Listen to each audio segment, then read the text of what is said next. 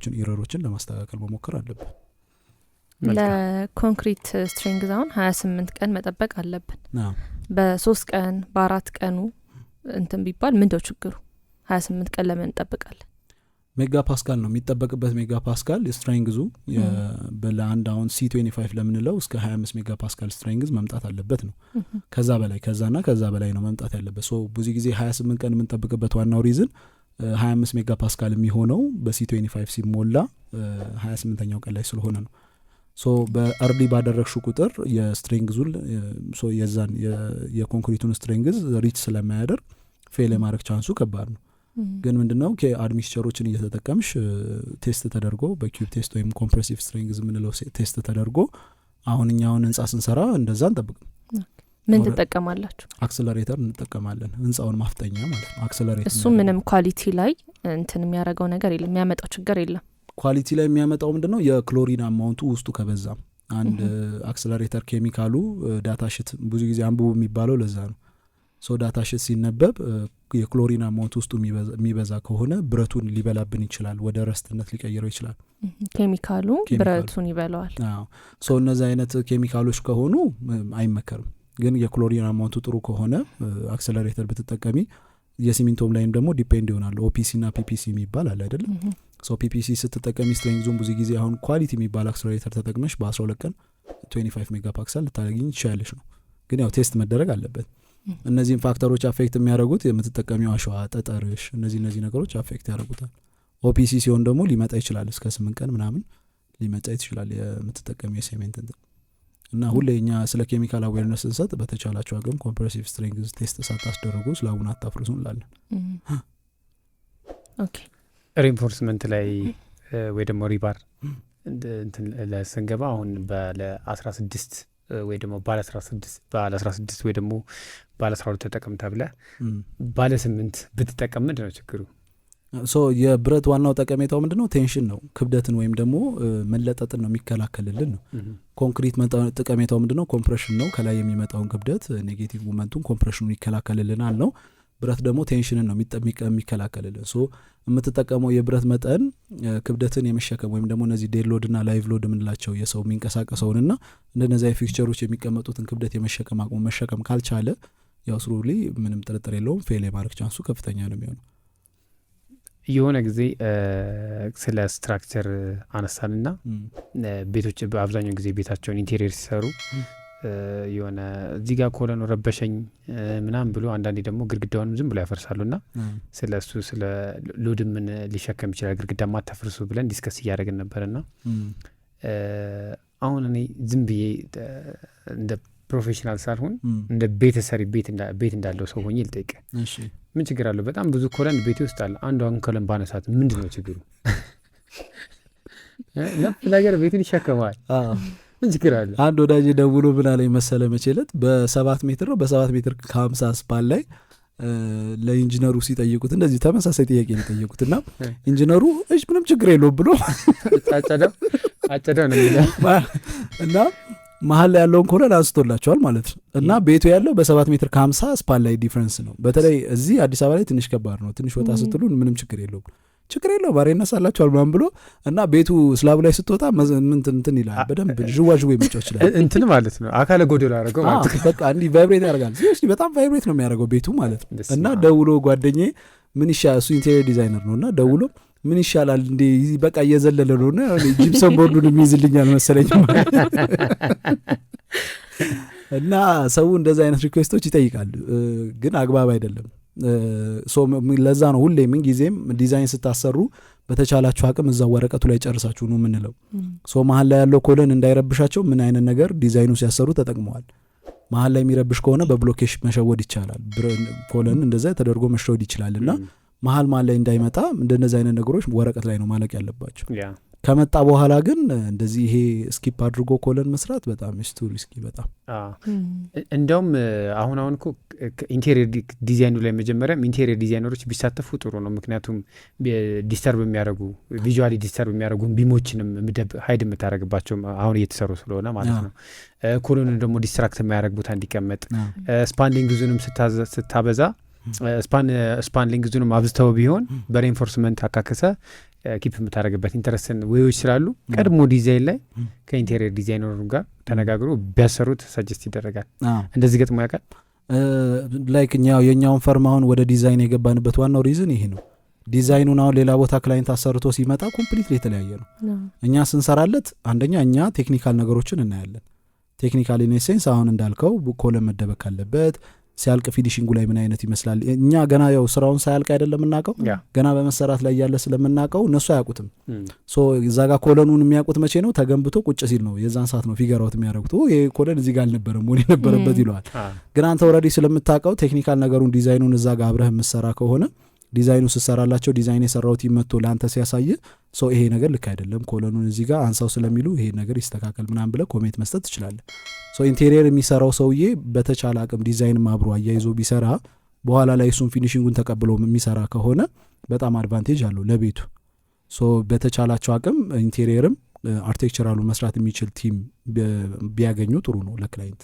እንደዛ ብዬ ሰጀስት አደርጋለሁ። ከእንትን ብቻ ሳይሆን ከማማር ምናምን ብቻ ሳይሆን ራሱ ከወጪም አንጻር ድጋሚ እሱን ለመሸፈን የምትሄድበት ነገር አለ። ዲስአፖይንትመንቱ አለ ምናምንና መጀመሪያ ሁሉም ነገር አልቆ መጀመሩ ለሁሉም ጥሩ ነው። በጣም የሆነ የሀስሉን ከመፍራት አኳያ አንዳንድ ክላይንቶች ይመጡና እኛ ጋር ብረት በጣም ሌላ ቦታ ዲዛይን አሰርተው ምናምን ግንባታ ፍቃድ ጨርሰው ይመጣሉ። ከዛ በኋላ ከመጡ በኋላ አረ ይሄ ነገር በስቷል ብረቱ አማውንቱ ሪዲዛይን ይደረግና ከአዲስ ግንባታ ፍቃዱን አውጡ ምናምን ስትላቸው የግንባታ ፍቃዱን ፕሮሰስ ከምናደርግ በቃ ብንከፍል ይሻላል ግድ የለም ይላል። ከዛ በኋላ ግንባታ ጋር ስገባ ነው የሚሉት። በቃ እንዴት የነሱ ቤት እንደዚህ ይሄን ያህል በ3 ሚሊዮን ብር ብረት ተገዝቶ እኔ እንዴት 4 ሚሊዮን ብር 1 ሚሊዮን ብር ዲፍረንስ አወጣለሁ ምናምን እያለ ይጨዋል ሰውየው። እና በቃ ፕሪዲክት ማድረግ ትንሽ አስቸጋሪ ነው እና ቢሮክራሲውንም ከመፍራትም አኳያ አንዳንዴ ፍቃደኛ አይሆንም ብዙ ሰው። እኔም እንደ አገሪቱ ውስጥም ብዙ ኮንትራክተሮች የሚያጋጥማቸው ይመስለኛል። አሁንም ማነሳለሁ በጣም ደንብ ይመላለሳል ግንባታ ስንሰራ ሌጋሊ ዶክሜንት ኖሮ ኤቭሪቲንግ ኖሮ እና እንደዚህ ሳይት ላይ ደግሞ ዲስትራክት ያደርጋል። ባይዘው ስራ ሊያስቆሙ ይችላሉ ብዙ ጊዜ እንትን ተብሏል። እና ያው ደንብ ስራው ህግን ማስከበር ነው ምናምን እናውቀዋለን። ግን አንዳንዴ ሙሉ ነገሩን ጨረሰ ዶክሜንትድ ሆነ አሳይተ ራሱ የሆነ ምክንያት ተፈልጎ ስራ እኔ አጋጥሞኝ ያውቃል ቆሞብኝ ያውቃልና አንተ ደግሞ በደንብ ኮንስትራክሽን ላይ ስለምንሰራ እስኪ ይገጥማል እኮ እንደዚህ አይነት ነገሮች ኦብቪየስ። አሁን ደንብ አንዳንድ የሚመጣና የሚያስጨንቃችሁ ፓርት ምንድነው? አሸዋና ጠጠር ስደፋ መንገድ ላይ አሁን ላስታይም ደውለልኝ ኮንክሪት እየሞላን የ6 ሜትር መንገድ ነው እና 6 ሜትር መንገድ ላይ አሸዋና ጠጠሩን ስንደፋ ኦልሬዲ መንገዱ ተዘጋ። ሶ አንደኛ ወደ ውስጥ እንዳናስገባው ቤቷ በጣም ትንሽ ነች 100 ምናምን ካሬ ነች። ውስጥ ካስገባ ነው የቱ ጋር ነው ልናቦክ የቱ ጋር እናቦካለን ነው። እና አሁን ልክ ሲኖትራኩ ገብቶ ይደፋላል። አንደኛ 6 ሜትር መንገድ ነው ወደ ኋላ ገብቶ መድፋት አይችልም። ያለው አማራጭ መንገድ ላይ ደፍቶልህ ነው የሚሄደው። ሰው ምን ታረጋለህ አንተ? በሰው አስነስተህ ነው የምታስገባው ወደ ውስጥ ትደፋና ወዲያውኑ በሰው ታስነሳለህ ነው። ሰው እኛ እየሰራን የነበረው ምንድነው ሁሌም ያው የምናደርገው እዛች ቦታ ላይ ሲደፋ ምንድነው በሰራተኛ እናስገባና አሻውና ጠጠሩን እየሰሩ እነሱ ኮንክሪቱን የዛን ሁለት ነው ኮንክሪት ምን ሞላ ቀን ነው ጠዋት ላይ እዛ አካባቢ ላይ ያለ በር ምን ዘጋ ከሆነ እንደውልላቸውና በሩን በጠዋት ተነስተው መኪናቸው እንዲያወጡ ነገር በጣም ስቃይ ነው ባይዘው። ይሄ የተገነባ ቤት አካባቢ ላይ መስራት ቤት በጣም ስቃይ ነው ባይዘው። እና ደውለን ጠዋት ባካችሁ መኪናችሁን አስወጡ ብለን ወደ ቤት በጊዜ ወደ ስራቸው ልከናቸው ሰዎቹን አሸዋና ጠጠራችንን ደፍተን እስከ ኦልሞስት እስከ 9 ሰዓት ምናምን ስላቡን ሞልተን ስንጨርስ ኦልሬዲ ያ ቦታ ተጠርጎ ይነሳል ማለት ነው። ሶ በዛች ባለችዋ ታይም ነው መጥተው የሚያስጨንቁ። ሶ መንገድ ዘግተሃል ኦፍ ኮርስ ተገጥተሃል ፍቃድ ማውጣት ትችላለህ አለ እኮ ፍቃድ። ግን ምንድነው ያለ ቦታው እስኪስተካከልልኝ ድረስ ነው የምትለው። ግን መቼ ነው የሚስተካከልልህ? አትሊስት ስትራክቸሩ መጨረስ ይኖርብሃል። ከነሱ በተጨማሪ ያ ቦታ መዘጋቱ ሌሎች ነዋሪዎችን ያስተጓጉላል እኮ። እኛ እንዲህ ምን አጋጠመ መሰለህ? አሸዋ ደፋን። ያው ኤክስካቬት አደረግነው ቦታውን። ሶ አሸዋ ደፋን። ምንድነው የተፈጠረው? እኔ እዚያ አልነበርኩኝም። ያው ፕሮጀክት ማናጀር ነበረ። ከዛ ተደፍቶ እስኪነሳ ድረስ ሰውየው አይ ቲንክ ከስራ ደክሞት መጥቶ ነው ምናምን በቃ አሳልፉኝ ይላል። እኛ ያው በሰው በማንፓወር ስለሆነ በአካፋ አይደለ የሚያነሱት የሆነ ጊዜ ይፈልጋሉ ያን እስኪያነሱ ድረስ። ከዛ ያው የእኛ ስራ ምናምን ትንሽ አለው ጫና። ፕሮጀክት ማናጀሩ ተናዷል ምናምን በስራው ላይ እዛ ይነቅሩታል እና አየር ላይ ልድፈልህ ምናምን ይላል። ከናታችሁ ቶታ እዚህ ትደፋላችሁ ሲለው አየር ላይ ልድፋልህ አለው። ከክፍለ ከተማ ነው የመጣው እንትን ስራ ሊያስቆሙን ማለት ነው። ምክንያቱም የሚኖሩትንም ሰዎች ዲስትራክት ያደርጋልና እንደዚህ አይነት ነገሮች እንዴት ነው ማኔጅ የምታደርጉት? ኮንትራክተሮችም እንዴት ነው ዲል ማድረግ ያለባቸው? ከኮሚኒኬሽኑም ውጪ በተግባር ኢሚዲየትሊ ማድረግ ያለባቸው ነገርስ ምንድን ነው ብለህ ታስባለህ? ከጎረቤት ጋር ነው ብዙ ጊዜ እንደዚህ አይነት ነገሮች የሚፈጠሩት። እንዳልከው የምታስተጓጉሉት ጎረቤትን ነው። ጎረቤት ብዙ ጊዜ ኮምፕሌን ያደርጋል። ኮምፕሌን የሚያደርገው ምንድን ነው? አሁን አንተ ቤቱን ለጥፈ የምትሰራ ከሆነ ወደ ላይ በወጣ ቁጥር ሰውየው ጣራ ላይ ነው ኮንክሪቱን የምታፈሰው። አታውቁትም። ያው ሰራተኛ ነው የሚሰራው። ሰራተኛ ደግሞ ሂውማን ኤረር ይኖራል። ኮንክሪቱ በሚደፋበት ሰዓት ላይ በባሬላ ሙሉ ለሙሉ ጣሪያው ላይ ሊወረወር ይችላል። ኮንክሪትን የሚያህል ነገር ማለት እና እንደነዚህ አይነት ነገሮች ብዙ ጊዜ ያው ምንም ጥርጥር የለውም የሰው ቤት ውስጥ እስከወረወራችሁና እቃ እስከጣላችሁ ድረስ በጣም ያናድዳልና ብዙ ጊዜ ከጎረቤት የሚመጡ ችግሮችን በተቻለ አቅም ስሙዝ አድርገህ ካልሄድክ የምትስተጓጎለው አንተ ነህ። ምክንያቱም እነሱ ሪፖርት ካደረጉ ከክፍለ ከተማ የሚያደርገው ነገር አንተን ፖዝ ነው የሚያስደርግ ስራውን። መጀመሪያ ሴፍቲ መጠቀም አለብህ። ሴፍቲ ነገሮችን በጣም ሲሪየስ ተደርጎ ነው መታየት ያለባቸው።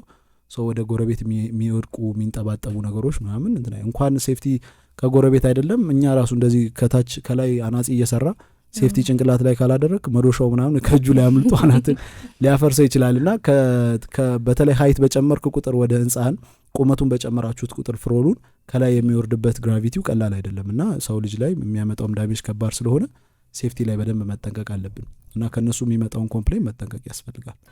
አድማጮቻችን እየተከታተላችሁ ያላችሁት ቢልድቶክ ነው። ተወዳጁ ቢልድቶክ ተመልሷል ከያያ ኮንስትራክሽን ከያሬድ ጋር በደንብ ቤት እያከምን ነውና ኤክስሬውንም ማዳመጫውንም ይዘዋል። ሙሉ ነው ሁሉ።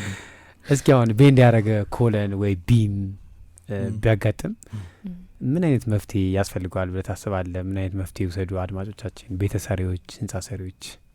መጀመሪያ አይግጠም ነው አያድርስ ነው። ከደረሰ ግን ብዙ ጊዜ እንደነዚህ አይነት ነገሮች ሀፕን የሚያደርጉት ምንድን ነው? አንዳንድ ክላይንቶች አንድ ስላብ ብትጨምርልኝ ይላል ስራው እየተሰራ እና ሞር የሆነ ኮንትሮል የሚያደርገው አካል ከሌለ ይሄ ነገር አረ ስትራክቸራሊ በደንብ አናላይሲስ ይሰራ ብሎ ኮሜንት የማይሰጥ ሰው ከሌለ አንዳንድ ሰው ስላብም የሚጨምር አለ ባይዘወይ እና እንደነዚህ አይነት ነገሮች ስትራክቸራል በደንብ መሰራት አለባቸው፣ መታየት አለበት። የብረት ዋጋው በጣም ንሯል ተብሎ ብረት የሚቀነስበትም ሲቹዌሽኖች አሉ። ይሄ ክትትል የሌለባቸው አሁን ከመንግስት በጣም ክትትል የሌለባቸው ኤሪያዎች አካባቢ ላይ በሚሰራበት ሰዓት ብረት በጣም ስለበዛ ለምን አንቀንሰውም የሚል አይነት አመለካከቶች አሉና እንደነዛም ሆኖ ኢቭን በስነስርዓትም ዲዛይን ተደርጎ በስነስርዓትም ተሰርቶም ቤንድ የሚያደርጉ ቢሞች አሉ። አንዳንድ ቫይብሬት የሚያደርግ ምስላብ ሊገጥማችሁ ይችላል። ካንትሊቨሮችም ሀፕል ሊያደርጉ ይችላሉ። ኮለን ከአቅም በላይ ሎዱ መሸከም ሲያቅተው ሽሪንክ ሊያደርግ ይችላል። እንደነዚህ አይነት ነገሮች ሲያጋጥም በተቻለን አቅም የተለያዩ አይነት ሜቶዶች አሉ። አንደኛው ሪትሮፊቲንግ ወይም ደግሞ ጃኬቲንግ የምንለው ሜቶድ ነው። ጃኬቲንግ እንግዲህ አዲሽናል ሬንፎርስመንት ጃኬት ነው። ላይክ ሲከብደን እንዴት ነው ሲበርደን ጃኬት እንደምንለብሰው ማልበስ ነው፣ ኮለኑንም ሆነ ቢሙንም ማለት ነው፣ እንዲሁም ስላቡንም ማለት ነው። እንደነዚህ አይነት ሜቶዶች በሬንፎርስመንት ይሰራሉ። ድጋሚ ተሞልቶ በኮንክሪትም ትሪት ይደረጋል። አንዳንዴ ደግሞ ስቲል ጃኬቲንግ የምንለው አለ። በብረት ኤል ብረቶችን በመጠቀም የተለያዩ አይነት ቦልቲ ሜካኒዝሞችን በመጠቀም ድሪል እያደረግን ቢሙን ሰፖርት ማድረግ በብረት ማለት ነው። እንደነዚህ አይነት ሜቶዶች ይሰራሉ። እንደነዚህ አይነት ነገሮች አፕን ሲያደርጉ በተቻለን አቅም ጃኬቲንግ ነው በብዛት የምንጠቀመው። መልካም። ኮንስትራክሽን ስራ ላይ የግንባታው ዘርፍ ላይ ትልቅ ሞተሮች ወይ ኢንጂን የሚባሉት ሌበሮች ናቸው። ሌበሮች ደግሞ ስኪልድ አለን እንድ ስኪልድ አለና ወርክማንሽፕ ቤት ጥራትም ላይ የስራ ፍጥነትም ላይ ተጽዕኖ አላቸውና እንዴት ነው ይህንን አንተ እንደውም ኮንስትራክሽን ማኔጅመንት በኮተም ግራጁዌት ስላደረክ እንዴት ነው ይህንን ዲል የምታደረገው ማኔጅ የምታደረገው? ለምሳሌ አንድ ባለሙያ ግንበኛ አንዱ በ5 ቀን ሊጨርሰው ይችላል። 100 ካሬ ኤግዛምፕል ብንወስድ አንዱ ደግሞ በ3 ቀን ሊጨርሰው ይችላል። ምንድን ነው እንደዚህ ፕሮዳክቲቭ እንዲሆኑና እንዳይሆኑ የሚያደርጋቸው ብለህ ታስባለህ? ግንበኛ ሀገራችን ላይ በተለያየ አይነት ፕራይስ ልታገኝ ይችላል። ፕራይሳቸው ከፍ አለ ማለት ኳሊቲያቸው ጥሩ ነው ማለት አይደለም። ሊሆንም ይችላል። ብዙ ጊዜ እኔ ሰጀስት የማደርገው ምንድነው የተሻለ ፕራይስ ተከፍሎ ደና ብር ጠይቀው ደና የተሻለ ሙያተኛ ይዘው ገብቶ የሚሰሩ ሰራተኞችን ሰጀስት እናደርጋለን። እኛም ፕራይስ ስንጠይቅ በዛ አኳያ ስለሆነ ማለት ነው። አሁን አንድ ሳይት ስንይዝ ከተማው ላይ አሁን የሚሰራው የግንበኛ ዋጋ ሌሴ 150 ብር ሊሆን ይችላል፣ 200 ብርም ሊኖር ይችላል። ዲፔንድስ እንደ ግንበኛው ማለት ነው። እንደዛ በሚሆንበት ሰዓት ላይ አንድ ግንበኛ 150 ብር ከምከፍለውን ፕሮዳክቲቪቲውን አውቀዋለሁ።